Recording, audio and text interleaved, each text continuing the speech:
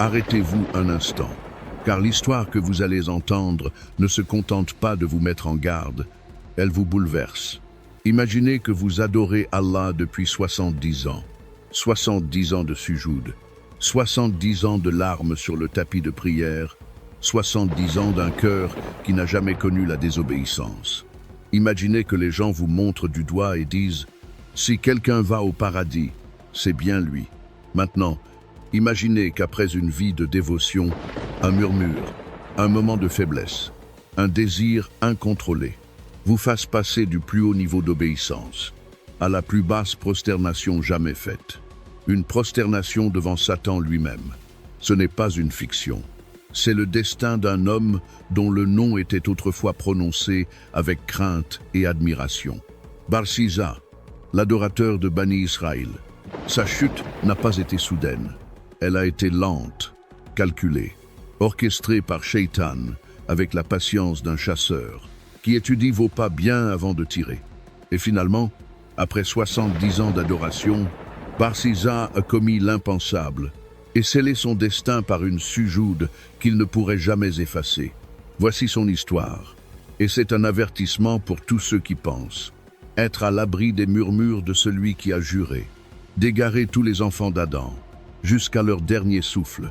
Avant de partir, n'oubliez pas de vous abonner pour recevoir d'autres histoires comme celle-ci et dites-nous dans les commentaires depuis quel endroit du monde vous nous regardez. Votre soutien permet de maintenir ces rappels en vie. C'était le genre d'homme dont les gens parlaient avec admiration. Le genre de fidèle dont la simple présence adoucissait les cœurs. D'aussi loin que l'on s'en souvienne, Barsisa avait vécu loin du bruit du monde, perché sur une colline isolée, dans une petite salle de prière construite de pierre et de silence. Il ne riait pas, il ne parlait pas beaucoup, il ne se mêlait pas aux gens. Sa vie était consacrée à la prière. Son souffle était le dikrar, son réconfort était le sujou. Et année après année, le peuple de Bani Israël le regardait avec admiration, en disant « Si la pureté était une personne, ce serait lui ».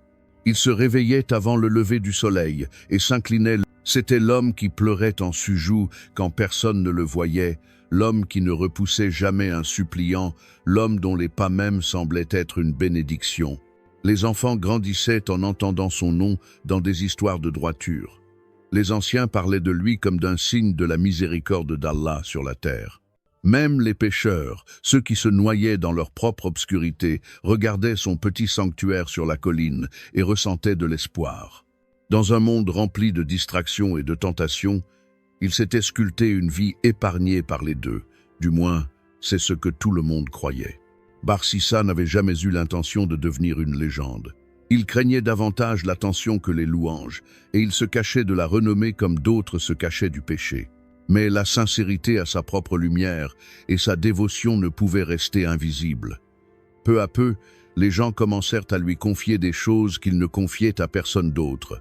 Ils lui amenaient leurs malades pour qu'il prie pour eux, leurs peurs pour qu'il les apaise, leur cœur pour qu'il les ranime. Et Allah a placé une étrange forme d'acceptation à son égard dans le cœur de ceux qui le connaissaient, même de ceux qui ne l'avaient jamais rencontré. Bientôt, son nom est devenu un symbole, l'adorateur qui ne s'est jamais brisé, le serviteur qui n'a jamais faibli. Beaucoup croyaient que s'il y avait quelqu'un sur terre que Shaitan ne pouvait toucher, c'était Barsisa. Et peut être que le plus dangereux de tout, c'est que Barsisa le croyait aussi.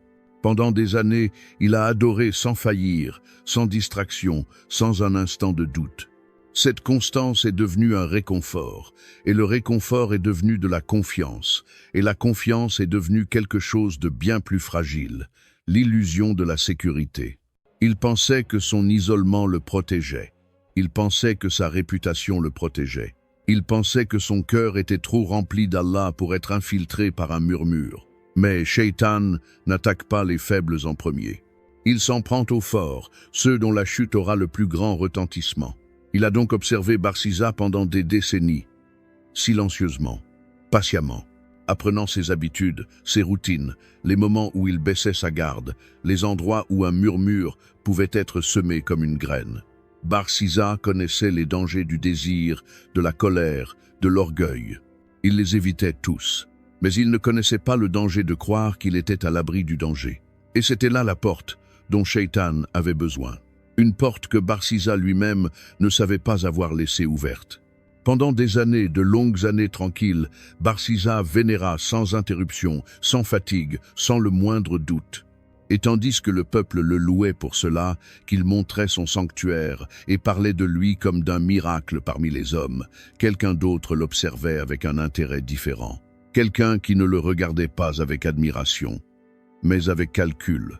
Shaitan ne s'est jamais précipité vers Barsisa. Il n'a jamais pris d'assaut son sanctuaire, ni tenté de le briser par une tentation soudaine. Non. Il l'a étudié comme un chasseur étudie une proie qui s'avance avec assurance dans les champs. Il a observé chaque prosternation, chaque larme, chaque nuit d'adoration. Et plus Barsisa adorait avec constance, plus Shaitan devenait patient. Il savait que les cœurs les plus difficiles à briser sont ceux qui croient qu'ils ne peuvent pas être brisés. Barsisa pensait que l'isolement le protégeait. Il pensait que l'adoration érigeait des murs autour de lui. Il pensait que Shaitan ne poursuivait que les imprudents, les pécheurs, les faibles. Il n'avait jamais imaginé qu'il était lui-même la cible. Mais l'orgueil est subtil. Il ne franchit pas la porte bruyamment, il se glisse dessous comme un murmure, sans être remarqué. Barsisa n'a jamais dit « Je suis meilleur que les autres ». Il n'a jamais recherché l'admiration ou le pouvoir. Son arrogance était plus fine, plus douce, enveloppée dans l'illusion de la piété. Elle ressemblait à ceci. J'ai adoré trop longtemps pour que Shaitan puisse m'atteindre. Je ne suis pas comme les gens ordinaires. Leurs luttes ne sont pas mes luttes. Ce chemin est dangereux pour eux, pas pour moi. Et dès qu'un croyant commence à se sentir à l'abri du péché, il se trouve déjà au bord du précipice. Shaitan ne le distrayait pas avec des femmes, la richesse ou la renommée. Au lieu de cela, il lui insufflait un sentiment, une douce confiance, la conviction qu'il était au-dessus de la tentation. Barsisa confondait ce sentiment avec la force spirituelle. Il ne s'est jamais rendu compte que c'était le poison qui, un jour, dissoudrait toutes les défenses qu'il avait mis 70 ans à construire. La nuit, pendant que Barsisa priait, Shaitan lui murmurait non pas des mots, mais des pensées, de minuscules pensées inoffensives. Des pensées qui ressemblaient à de l'assurance et non à de la tromperie. Tu es l'élu parmi eux. Tu as maîtrisé tes désirs. Les autres tombent. Pas toi. Barsisa ne contesta pas ces murmures, car il ne les reconnut pas. Il croyait qu'il venait de lui-même, d'un cœur purifié par le culte. Et ainsi, pour la première fois en 70 ans, il cessa de craindre l'approche de Shaitan.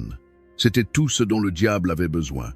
Car Shaitan ne frappe pas à la porte des pécheurs. Il frappe à la porte de ceux qui croient l'avoir exclu. La piété de Barsisa était réelle, son culte sincère, mais la sincérité n'empêche pas les murmures. Et lentement, silencieusement, presque magnifiquement, le murmure s'installa dans son cœur comme une graine attendant la pluie. Barsisa continua à prier toute la nuit, sans se rendre compte que chaque prosternation portait en elle la plus légère ombre d'orgueil. Il continua à jeûner toute la journée, sans se rendre compte qu'un murmure qu'il n'avait jamais entendu creusait des fissures sous ses pieds. Shaitan n'avait pas besoin de le briser en un instant. Il lui suffisait d'attendre le moment où Barsisa se briserait lui-même. Et ce moment approchait. Tout commença par des bruits de pas. 3 frères gravissaient la colline, le visage marqué par l'inquiétude. Ils partaient pour un long voyage, un voyage qu'aucun d'entre eux ne pouvait retarder. Et ils portaient avec eux une responsabilité plus lourde que leur bagage.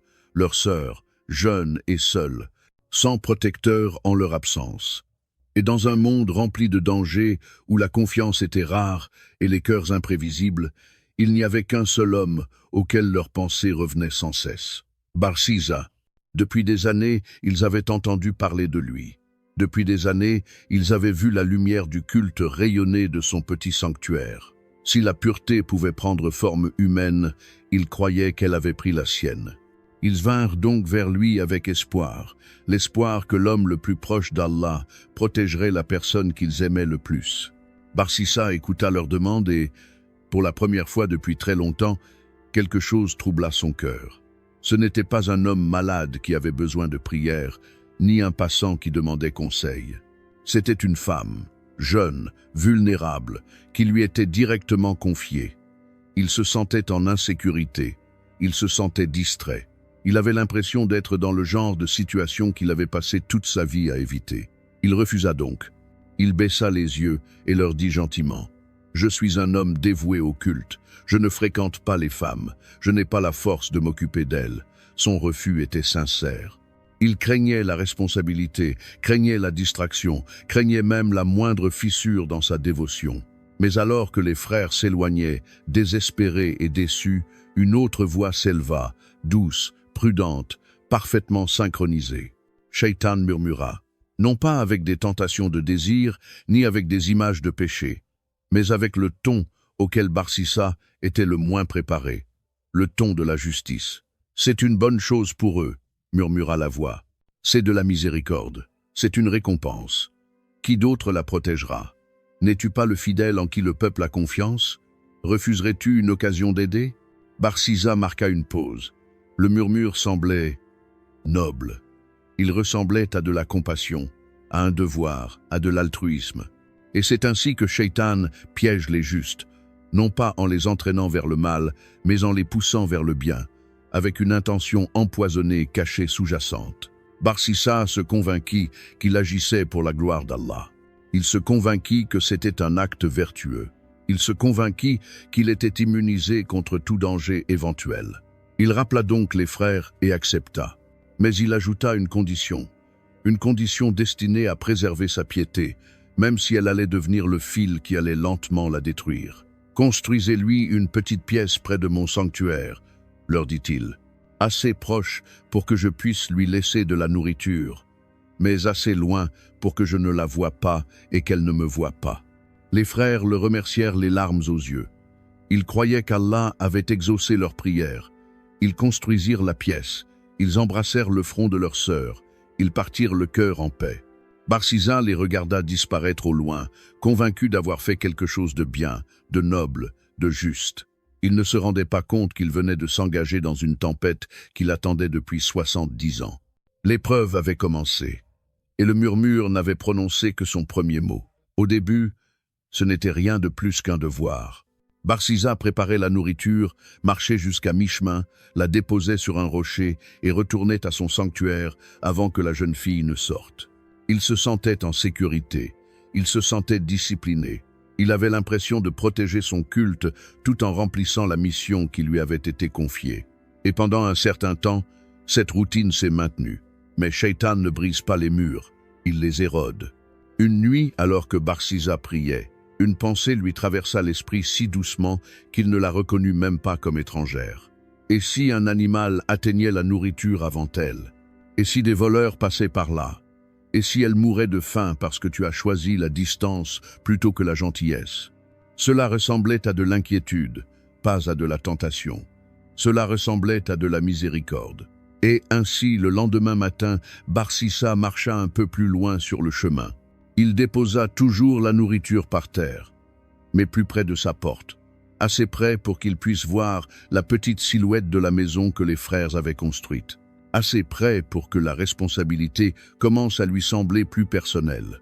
Les jours passèrent, les nuits passèrent, et chaque fois qu'il déposait la nourriture, le murmure revenait avec une nouvelle logique, une nouvelle attention, de nouvelles excuses qui semblaient justifiées, mais qui n'avait rien à voir avec la protection. « Dépose-la simplement devant sa porte », suggérait le murmure. « Tu n'as pas besoin d'attendre, tu n'as pas besoin de la voir. Assure-toi simplement qu'elle mange. » Et c'est ce qu'il fit. Barsissa frappa une fois, doucement, et s'éloigna avant que la porte ne s'ouvre. Son cœur battit à tout rompre lorsqu'il entendit la porte grincer derrière lui, mais il se dit que c'était seulement parce qu'il avait peur d'échouer dans sa mission. Il pria plus longtemps cette nuit-là, comme s'il essayait de noyer le son qui résonnait dans son esprit. Puis vint l'étape suivante, une incitation encore plus douce. « Comment sais-tu qu'elle va bien? Comment sais-tu qu'elle n'est pas malade, seule, effrayée? Tu es son tuteur. Ne devrais-tu pas au moins aller voir si elle va bien ?» Barsissa hésita. Il lutta contre cette pensée, il répéta des versets, il renouvela ses intentions. Mais il ne se rendait pas compte que le piège n'était plus à l'extérieur, mais à l'intérieur de lui-même. Et ainsi, un matin, après avoir déposé la nourriture, il attendit à distance, pas assez près pour parler, mais assez près pour voir sa main se tendre et prendre le plateau. Ce simple regard, aussi innocent qu'il puisse paraître, laissa dans son cœur une marque plus profonde que toutes les blessures auxquelles il avait jamais résisté. Shaitan sourit. À partir de ce jour, Barsiza se surprit à penser à son bien, être pendant la prière. Son esprit vagabondait pendant le sujoug. Sa voix tremblait pendant le dhikr, non pas par crainte, mais par distraction. Son image, bien qu'il l'ait à peine vue, commença à hanter son esprit comme une ombre. Puis vint le moment qui scella la prochaine étape. Elle ouvrit la porte avant qu'il ne puisse s'éloigner. Sa voix était douce, reconnaissante, pleine d'innocence. « Merci », dit-elle, et ce fut tout. Mais parfois, un seul mot suffit à briser une forteresse qui a tenu pendant 70 ans. Barsiza sentit quelque chose changer, quelque chose qu'il ne pouvait nommer, quelque chose qu'il ne pouvait situer, quelque chose auquel il croyait être assez fort pour résister. Et cette conviction était le mensonge le plus dangereux de tous. Il commença à lui parler brièvement, puis plus longuement, puis avec inquiétude, puis avec chaleur, puis avec une sincérité qui n'appartenait plus seulement à Allah. Jour après jour, son culte s'estompa. Nuit après nuit, son image s'illumina. Il priait toujours, mais son cœur n'était plus dans le sanctuaire. Il était dans la petite pièce au bout du chemin. Shaitan ne lui donnait jamais d'ordre, ne le forçait jamais, ne criait jamais. Il se contentait de murmurer et de le pousser et d'attendre. Barsiza avait survécu à des armées de tentations, mais il ne pouvait pas survivre à une douce voix dans l'obscurité. Et ainsi, le poison lent s'installa, goutte à goutte, jusqu'à ce que même lui, l'adorateur de 70 ans, ne reconnaisse plus l'homme qu'il était en train de devenir. Cela s'est produit une nuit qui ne semblait pas différente des précédentes, calme, sans étoiles, lourde d'un silence qui rend le cœur vulnérable. Barsiza lui avait apporté à manger comme d'habitude, mais cette fois-ci, il s'attarda. Cette fois-ci, il laissa son cœur vagabonder avant que ses pieds ne le fassent. Cette fois-ci, il laissa le murmure devenir une voix, et la voix devenir un désir. Elle ouvrit la porte, reconnaissante comme toujours, mais ce soir-là, ses yeux reflétaient une douceur à laquelle il n'était pas préparé. Elle lui demanda comment il allait. Elle lui demanda pourquoi il avait l'air fatigué. Elle lui demanda si elle était devenue un fardeau pour lui. Et cette simple question, si innocente, si fragile, déclencha quelque chose en lui. Il lui répondit qu'elle n'était pas un fardeau. Il lui dit qu'il était honoré de prendre soin d'elle. Il lui dit qu'elle était en sécurité avec lui. Les mots menèrent à un moment. Un moment mena à un contact. Et l'adorateur qui était resté ferme pendant 70 ans tomba en l'espace d'un seul battement de cœur. Zina n'est pas bruyante. Elle n'est pas soudaine. Elle ne s'annonce pas. Elle arrive tranquillement, comme une ombre se glissant sous une porte verrouillée. Quand ce fut fini, Barsiza sentit le poids de 70 ans s'effondrer sur sa poitrine. Il essaya de prier, mais la prière l'étouffait. Il a essayé de se repentir, mais son cœur tremblait de peur plutôt que de remords. Et avant l'aube, il a réalisé que le péché avait déjà pris racine. Les semaines ont passé, et la conséquence qu'il redoutait le plus s'est révélée. La jeune fille était enceinte. La preuve de leur erreur serait bientôt visible. Le cœur de Barsiza battait à tout rompre. Non pas de peur d'Allah, mais de peur d'être découvert. Que diraient les frères? Que diraient les gens? Qu'adviendrait-il de sa réputation, de son culte, de son héritage? Et cette peur, déplacée, mal dirigée, mal avisée, ouvrit une porte plus sombre. Shaitan revint, cette fois non pas avec des murmures de justice, mais avec des murmures de survie. Personne ne doit le savoir. Cela détruira tout ce que tu as construit. Règle juste cette affaire, et tu pourras te repentir plus tard. Barsiza écouta désespéré. Il se convainquit qu'il n'y avait pas d'autre solution. Il se convainquit que protéger son image revenait en quelque sorte à protéger sa foi. Et ainsi, dans un moment de folie déguisée en nécessité, il fit l'impensable. Il mit fin à la vie de l'enfant innocent. Le silence qui suivit était suffocant. Mais Shaitan n'en avait pas fini. La femme leur dira, murmura la voix. Son chagrin te trahira. Ses yeux révéleront tout. Tu as commis un péché pour te protéger, maintenant achève-le. Barsiza tremblait. Il faisait les 100 pas. Il pleurait. Mais la voix était implacable. Et la peur, une fois qu'elle s'empare du cœur d'un pécheur, peut le conduire dans des endroits où il n'aurait jamais imaginé aller. Il lui ôta la vie à elle aussi. 2 corps enfouis dans la terre, 2 secrets étouffés sous le sol. 2 péchés qui ont souillé les mains qui autrefois tremblaient de crainte devant Allah. Barsisa regarda son sanctuaire cette nuit-là et ne ressentit rien. Le croyant qui était en lui était mort bien avant que les corps ne soient enterrés. Mais Shaitan n'en avait pas fini. Il revint vers Barsisa, silencieusement, comme un ami. « Tu as fait ce que tu devais faire, » murmura-t-il. « Tu peux retourner vers Allah. Tu peux te repentir. Reste tranquille et tout ira bien. » Mais le diable ne réconforte jamais sans rien demander en échange. Et alors que Barsisa tentait de reprendre sa vie d'adorateur, convaincu que le pire était passé, la tempête qu'il redoutait s'approchait déjà de lui, un murmure, un cauchemar, une conséquence à la fois. Barsisa avait plongé seul dans les ténèbres. Mais, à présent, les ténèbres venaient le chercher. Lorsque les frères revinrent enfin de leur long voyage, ils gravirent précipitamment la colline familière, impatients, s'attendant à retrouver leur sœur saine et sauve, en bonne santé et reconnaissante.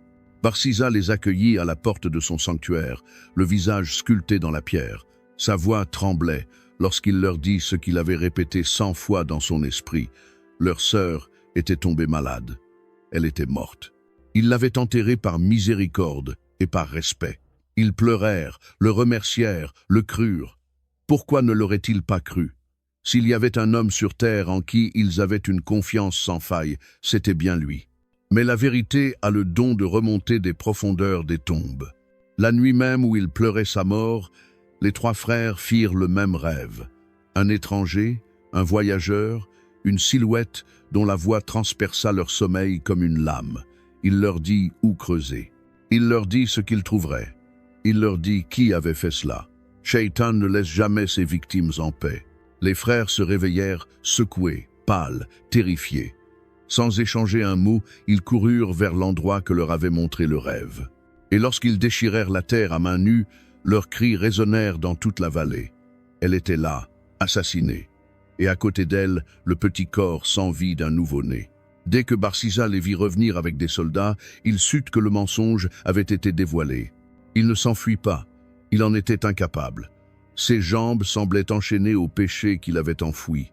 Ils le traînèrent hors de son sanctuaire, le sanctuaire où il murmurait autrefois le Coran toute la nuit, où il implorait autrefois la miséricorde d'Allah, qu'il ne se sentait plus digne de demander.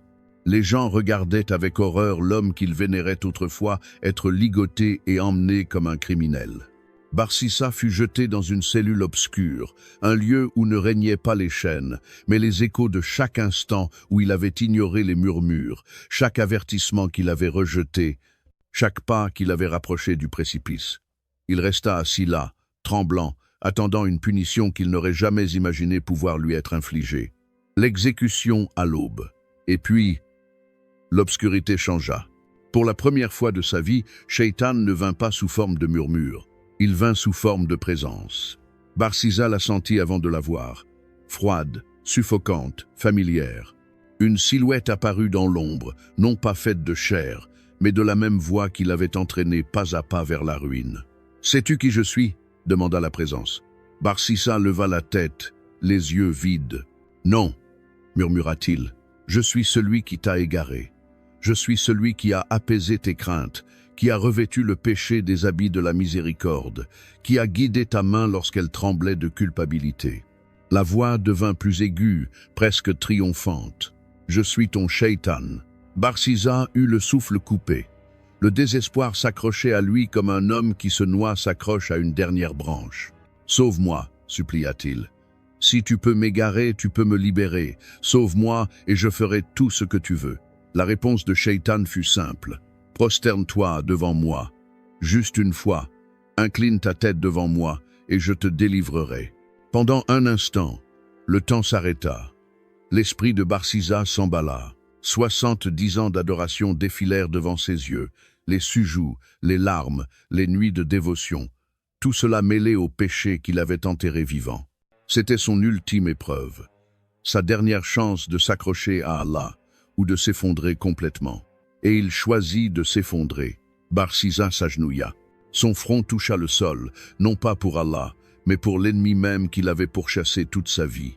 En cet unique sujout, le dernier lien qui l'unissait à son Seigneur se rompit. Shaitan rit d'un rire froid, triomphant, impitoyable. « Je suis libéré de toi », cracha-t-il. « Je crains Allah, le Seigneur des mondes. » Le cœur de Barsisa se brisa sous le poids de la trahison, mais il était trop tard. Il mourut dans cette posture même, le front pressé contre la terre, dans la prosternation la plus profonde qu'un être humain puisse faire. Et à l'aube, lorsque les bourreaux ouvrirent la cellule, ils ne trouvèrent pas un homme repentant. Ils trouvèrent un corps prosterné devant Satan, l'adorateur de 70 ans, emporté par le murmure qu'il n'avait pas entendu venir. Lorsque Barsisa rendit son dernier souffle, toujours courbé dans cette prosternation maudite, la cellule devint d'un silence insupportable. Pas le silence de la paix, mais le silence qui s'abat sur une âme qui réalise, trop tard, qu'elle a été trompée. Et quelque part dans cette obscurité, la présence qui avait guidé sa chute s'attarda juste assez longtemps pour lui infliger une dernière cruauté. « Je crains Allah, Seigneur des mondes, je suis libéré de toi. » Ces mots ne venaient pas de la foi. Ils venaient de la moquerie, du triomphe, de la créature même qui avait juré de traîner les enfants d'Adam dans la ruine, puis de les abandonner au moment où ils avaient le plus besoin d'être sauvés.